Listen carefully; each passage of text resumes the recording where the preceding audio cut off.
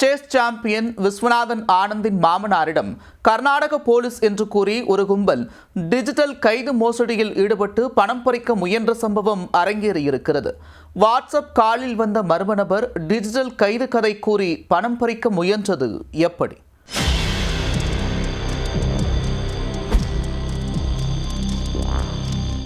Digital கைது என்று பீலாவிட்டு தொழிலதிபர்களை குறிவைத்து நடத்தப்படும் பண மோசடிதான் சைபர் மோசடிகளில் தற்போது கல்லா கட்டி வரும் நூதன மோசடியாக களை கட்டி வருகிறது.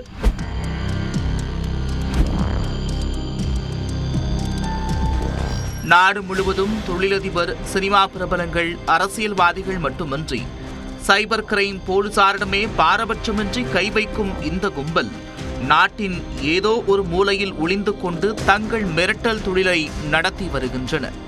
இந்த டிஜிட்டல் கைது மோசடி கும்பல் என்ற திருட்டு பூனைக்கு மணிக்கட்டப் போவது யார்? சென்னை கோட்டூர்புரம் வெள்ளையன் தெருவைச் சேர்ந்தவர் 81 வயதான ஆனந்தன்.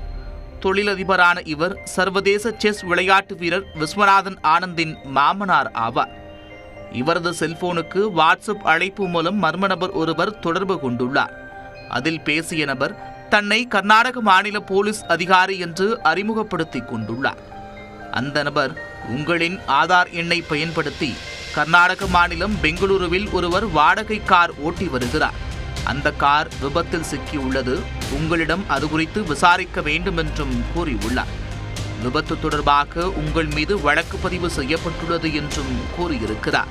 மேலும் உங்களை ஆன்லைன் வாயிலாக டிஜிட்டல் கைது செய்திருக்கிறோம். வாட்ஸ்அப் அழைப்பை துண்டித்தால் அதிகாலையில் உங்கள் வீடு தேடி வந்து கைது செய்வோம் என்றும் மிரட்டல் விடுத்துள்ளனர்.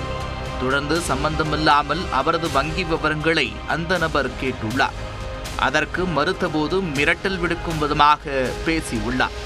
இதனால் அதிர்ச்சியடைந்த ஆனந்தின் மாமனார் சம்பவம் குறித்து உறவினர்களிடம் தெரிவித்தபோது இது மோசடி நபர்களின் வேலை என்று தெரிவித்துள்ளனர்.